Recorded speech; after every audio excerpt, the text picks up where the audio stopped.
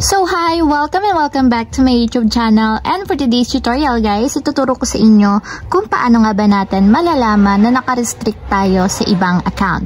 But first, kindly subscribe to my channel and don't forget to hit the subscribe button and the bell to notify you for my new updates.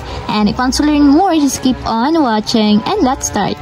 So ayan guys, for today's video, ituturo ko sa inyo kung paano nga ba natin malalaman na naka-restrict tayo sa ibang account. So dito guys, meron akong dalawang mobile phone. So itong isang nasa right side is yung aking main phone or yung aking main account sa Messenger. And itong isa is yung aking dump account. So dito guys, sa left side, i-restrict ko dito yung aking main account. So ito kasi yung aking main account. So ito yung nasa unahan. Gagawin ko is i-restrict ko siya. I-restrict ko. So, ayan, automatic mapupunta na siya dun sa mga restricted account. So, dito guys, sa aking main account, wari, hindi ko alam na naka-restrict ako. So, magsasend ako ng mga message dyan.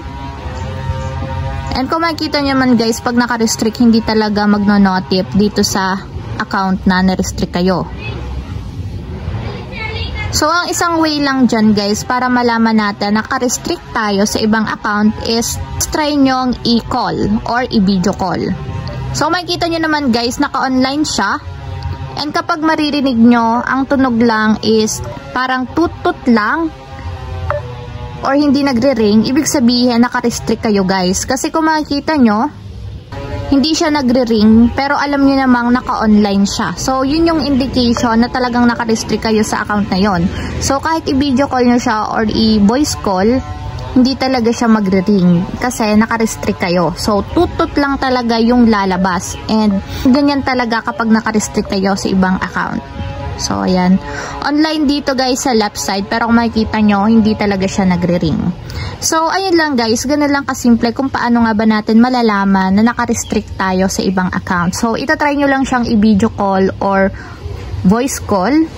And dun pa lang malalaman nyo na agad na naka-restrict kayo kasi hindi siya magre-ring kahit alam nyong online siya. So, ayun lang guys, ganun lang kasimple kung paano nga ba natin malalaman na naka-restrict tayo sa ibang account. If you have a question, can you comment down below and don't forget to hit the subscribe button and the bell to notify you for my new updates. And thank you for watching!